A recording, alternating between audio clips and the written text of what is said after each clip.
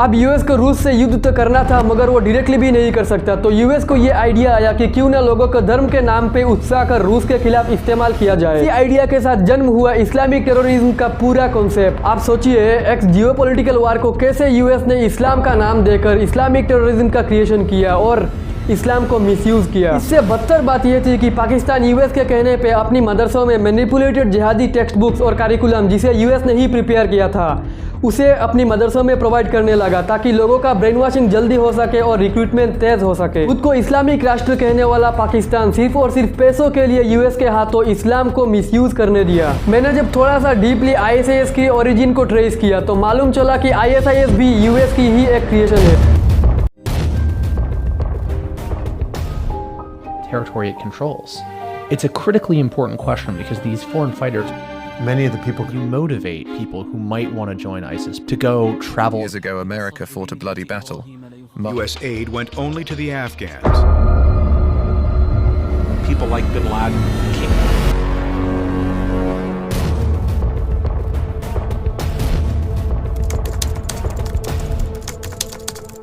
आज जितने भी नॉन मुस्लिम से उनमें से काफ़ी तादाद में लोग ये मानते हैं कि इस्लाम एक आतंक का धर्म है और सभी मुसलमान आतंकवादी है या सभी आतंकवादी मुसलमान हैं। तो मैंने इस प्रॉब्लम की जड़ तक जाने की कोशिश की।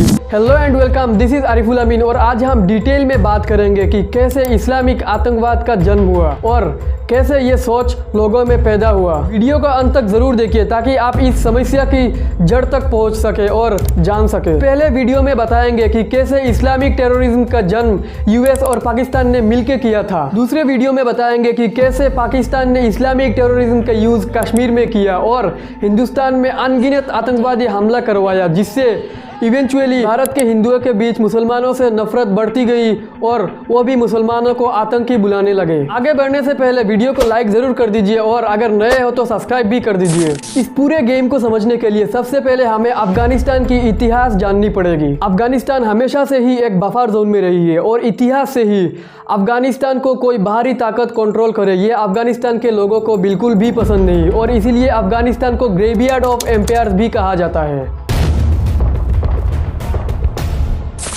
ये कहानी शुरू होती है 1919 से, जब अफगानिस्तान को ब्रिटेन से आज़ादी मिली। आज़ादी के बाद शाह वंश के अंतिम राजा जाहिर शाह अफगानिस्तान पर राज करने लगते हैं। जाहिर शाह 1973 में बीमारी के इलाज के लिए इटली गए और तभी इन्हीं का सेनापति दाऊद खान ने तख्ता पलट कर दिया और खुद को अफगानिस्तान का प्राइम मिनिस्टर घोषित कर दिया। लेकिन जब दाऊद खान ने कॉन्स्टिट्यूशन लागू किया तो उन्होंने सिंगल पार्टी का स्थापना कर दिया और खुद को ही prime minister, president, finance minister, defence minister सब कुछ घोषित कर दिया। अब जनता तो चुप बैठेगी नहीं, तो जनता ने आंदोलन शुरू कर दिया और इस आंदोलन को कहा गया सोर रिवॉल्यूशन। इस आंदोलन के नायक रहे नूर मोहम्मद तारिकी, जिनको अंत में सफलता मिली और इन्होंने दाऊद खान को रिप्लेस करके खुद प्रेसिडेंट बन गए। इसमें एक और ट्विस्ट था, नूर मोहम्मद तारिकी को यूएसएसआर यानी कि रूस फुल सपोर्ट कर रहा था और वो यूएसएसआर के कम्युनिस्ट एजेंडा से काफी ज्यादा प्रभावित थे। वो बहुत तेजी से रूस की मदद से कम्युनिस्ट एजेंडा और मॉडर्नाइजेशन पॉलिसीज को लागू कर रहे थे, जैसे लड़कियों के छोटे कपड़े पहनना,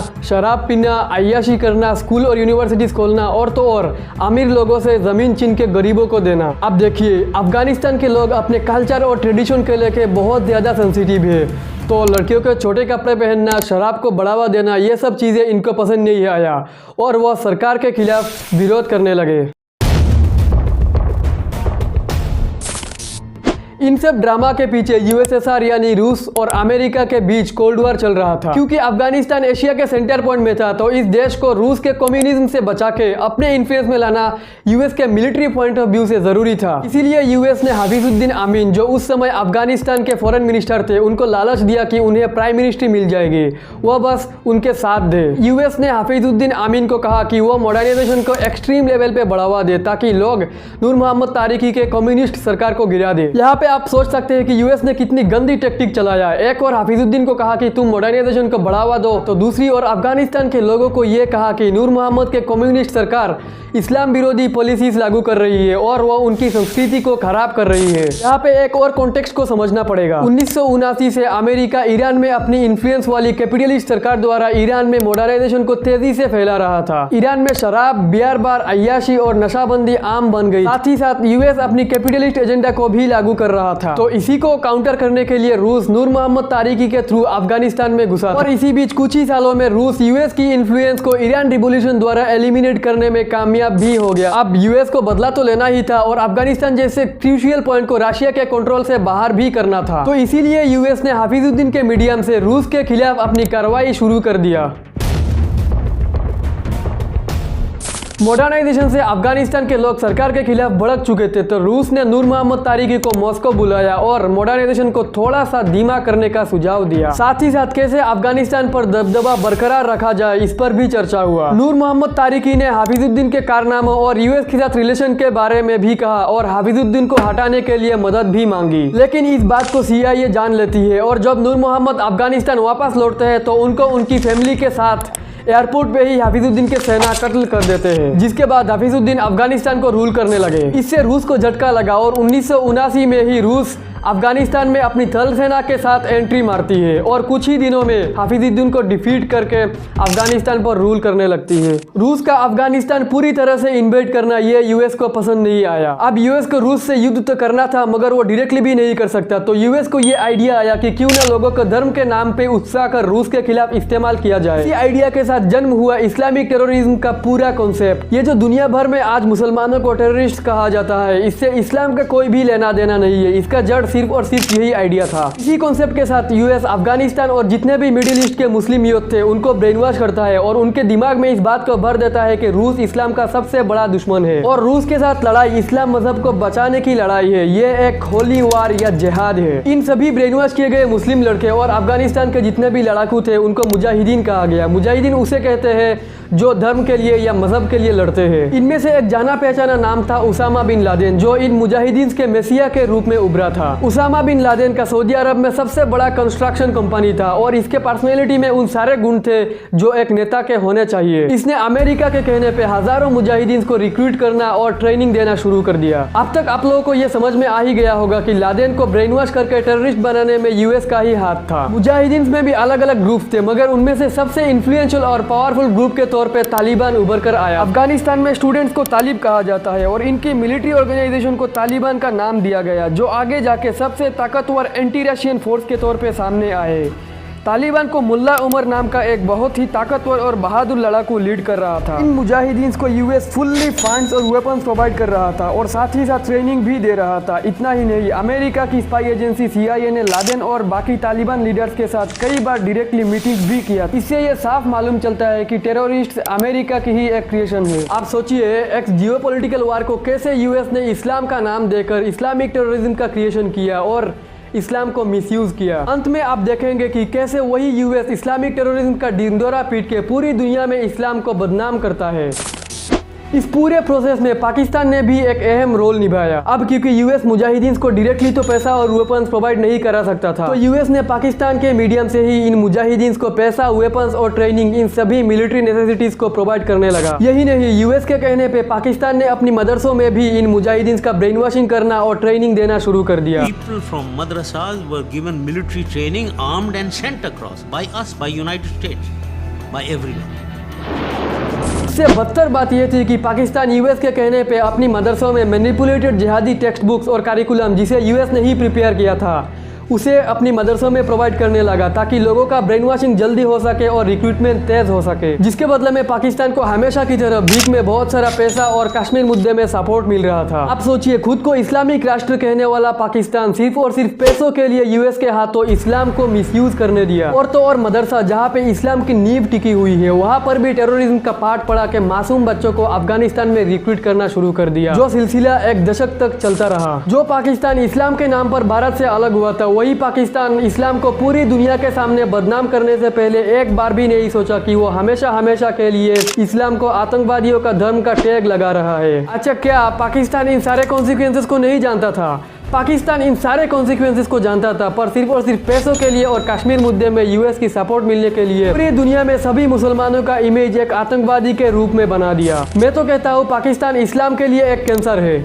जी हाँ, आपने सही सुना। जिस तरह से पाकिस्तान ने सिर्फ और सिर्फ पैसों के लिए इस्लाम को मिसयूज करने दिया, साथ ही साथ कश्मीर जैसे जियोपॉलिटिकल मैटर को रिलीजियस मैटर बनाकर भारत और कश्मीर में अनगिनत टेररिस्ट अटैक्स करवाया, जिसका खामियाजा पूरी दुनिया के मुसलमान और खासकर भारत और कश्मीर के मुसलमान आज तक भुगत भुगत रहे हैं। वीडियो ज्यादा लंबा हो जाएगा, इसीलिए कश्मीर मुद्दे को नेक्स्ट वीडियो में डिटेल में डिस्कस करेंगे। तो फाइनली 1989 में यूएस और पाकिस्तान के क्रिएट हुए मुजाहिदीन ने सोवियत रूस को बुरी तरह से हरा दिया, जिसके बाद रूस ने अपनी पूरी सेना वापस बुला लिया और इसी के साथ होती है इस सोवियत अफगान युद्ध की अंत। कहानी यही तक नहीं रुकती, उसके बाद तालिबान ने अफगानिस्तान को पूरी तरह से कंट्रोल कर लिया और अफगानिस्तान को रूल करने लगा। दूसरी ओर यूएस और पाकिस्तान ने सोचा क्यों ना लादेन और इन बाकी टेररिस्ट को यूज करके पूरे मिडिल ईस्ट से रशिया की इन्फ्लुएंस को और भी कमजोर किया जाए। इसी मकसद से 1988 और 1990 के बीच यूएस की इंटेलिजेंस एजेंसी CIA और पाकिस्तान की इंटेलिजेंस एजेंसी ISI ने मिलकर लादेन के साथ मल्टीपल मीटिंग्स किए, जिसके बाद उसामा बिन लादेन और अयमन अल जवाहिरी ने मिलकर पूरे मिडिल ईस्ट में अलकायदा की स्थापना की। पहले तो यूएस और अलकायदा के रिलेशंस अच्छे चल रहे थे, मगर जब लादेन ने रियलाइज किया कि यूएस ने तो अपने फायदे के लिए मुजाहिदीन और उसे इस्तेमाल किया और साथ ही साथ इराक, सोमालिया और फिलिस्तीन जैसे मुस्लिम देशों में पीस कीपिंग के नाम पर लाखों बेगुनाह मुसलमानों का कत्ल किया, तब लादेन यूएस के खिलाफ भड़क गया, जिसका नतीजा था 9/11 अटैक्स, जिसमें अलकायदा के टेररिस्ट ने ट्विन टावर्स को गिरा दिया और हजारों अमेरिकन लोगों ने अपनी जान गंवाया। इसके बाद अमेरिका ने लॉन्च किया ऑपरेशन वार ऑन टेरर और पहली बार इस्लामिक टेररिज्म इस टर्म को यूएस ने दुनिया के सामने लाया और पूरी दुनिया में वायरल कर दिया। मतलब जब तक तालिबान और अलकायदा यूएस के साथ थे तब तो बड़े बहादुरी का काम कर रहे थे, और जब यूएस के खिलाफ हो गए तो वो टेररिस्ट बन गए। अलकायदा और तालिबान यूएस और CIA की क्रिएशन से, ये बात मैं नहीं कह रहा हूँ, इस पर हजारों रिसर्च हुए, हजारों रिपोर्ट भी सामने आई जो इन गिनौनी क्रिएशंस के बारे में डिटेल में बताते हैं। इनमें से सबसे पॉपुलर रिपोर्ट है स्टेट यूनिवर्सिटी ऑफ न्यूयॉर्क के प्रोफेसर निकोलस कोटास्की की 70 पेज की report whose monster a study in the rise to power of al Qaeda and Taliban, जिसमें ये डिटेल में दिया हुआ है कि कैसे यूएस और CIA ने अपनी फायदे के लिए पूरी दुनिया में अलकायदा और तालिबान जैसी टेररिस्ट ऑर्गेनाइजेशंस को क्रिएट किया। इसमें और भी रिपोर्ट सामने आई है, जैसे रिचर्ड लेब की रिपोर्ट ट्रिब्यून दी जेनेवा और स्टीव कोल्स की किताब गोस्ट वार्स, जिसमें पूरी डिटेल दिया हुआ है। इन सब के लिंक मैंने डिस्क्रिप्शन में दिया हुआ है और अगर आपको समय मिले तो आप वेरीफाई जरूर कर दीजिएगा। देखिए, आज के दौर में इस्लाम के नाम पे सबसे ज़्यादा अगर कोई आतंक फैला के रखा है तो वो है ISIS, यानी कि Islamic state of Iraq and Syria. ऊपर से अगर कोई भी इनके लिबास और इनके नाम देखेगा तो सोचेगा कि ये तो इस्लामिक टेररिस्ट ऑर्गेनाइजेशन है और ये यूएस के खिलाफ भी है, मगर ये सच्चाई नहीं है। मैंने जब थोड़ा सा डीपली ISIS की ओरिजिन को ट्रेस किया तो मालूम चला कि ISIS भी यूएस की ही एक क्रिएशन है। बहुत सारे एनालिस्ट और जियोपॉलिटिकल एक्सपर्ट्स का भी यही कहना है। सीरियन सिविल वॉर के वीडियो में मैंने बताया था कि कैसे अरब स्प्रिंग की वजह से सीरिया में 5 ग्रुप्स एक दूसरे के खिलाफ लड़ाई करने लगे और जिससे सीरिया में सिविल वॉर शुरू हुआ था, जिसमें ISIS भी एक ग्रुप था। अरब स्प्रिंग की पूरी प्रोसेस अमेरिका ने ही करवाया था, क्योंकि अरब के देश जैसे सीरिया, लीबिया और टूनिसिया के सरकारें अमेरिका के कहने मुताबिक क्रूड ऑयल नहीं बेच रही थी। ISIS का जन्म इसी अरब स्प्रिंग में हुआ था और इनफैक्ट अरब स्प्रिंग के जितने भी प्रोटेस्ट थे उनको ISIS ही लीड कर रहा था। ISIS की क्रिएशन सीरियन और इराकी सिविल वार में अमेरिका ने करवाया ताकि ये लोग अलग से एक वार फ्रंट बनाए, जिससे वहाँ के सरकारें कमजोर हो जाए और उन्हें गिरा दे। ये बात भी मैं नहीं कह रहा हूँ, बल्कि कई जियोपॉलिटिकल एक्सपर्ट्स, एनालिस्ट और यहाँ तक कि डोनाल्ड ट्रंप ने भी अपने स्टेटमेंट में इस बात को कहा था। They've created ISIS. Hillary Clinton created ISIS with Obama. Created with Obama.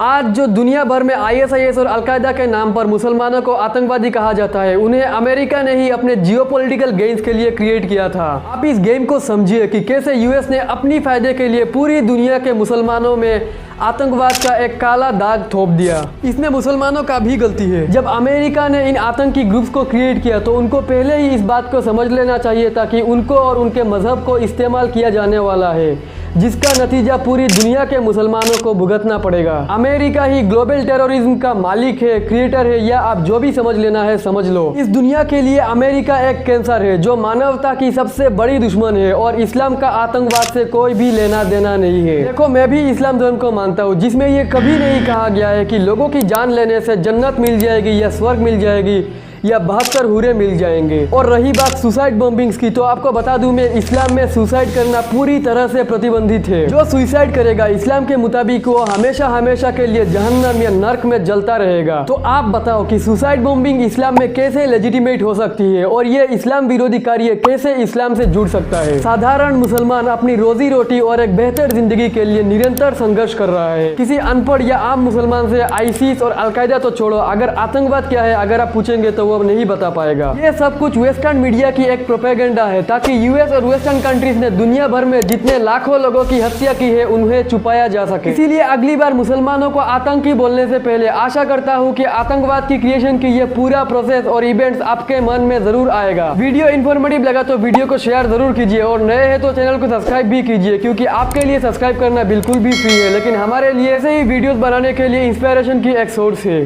तो इसी के साथ आपसे विदा लेना चाहूंगा। मिलते हैं आपसे नेक्स्ट वीडियो में। जय हिंद।